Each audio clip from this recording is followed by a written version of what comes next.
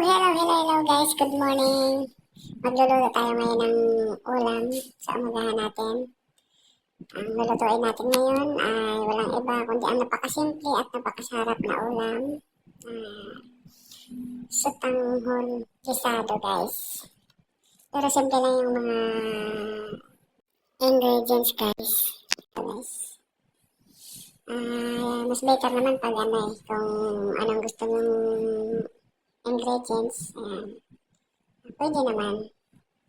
Ako kasi simplihan ko lang para ayun siya guys yung gagamitin natin guys.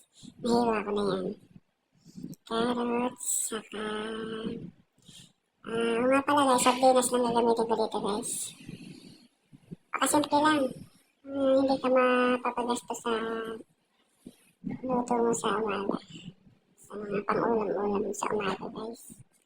Ayan, kapag yun, nahiwa ko na rin siya guys. Ayan siya. Bali, hugasan na lang natin yan. Yan. Yan siya guys. Tingnan nyo na lang guys para may idea kayo sa hindi naman simpleng ulam na doabot kaya. Ayan siya guys. Paluto na, napakasarap nito guys. Kahit simpleng ulam lang to. Napakasarap nito, promise. Mura na abot kaya pa. Ayan siya guys. Para siyang sa mga inasal guys. Yung lasa niya. Pero kung gusto niyo talaga ng masarap, pwede haluan niyo ng chicken.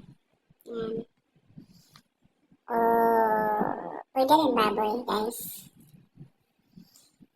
Ayan siya. Guys, hanggang dito na lang yung natin. Papakita ko sa inyo luto. Thanks!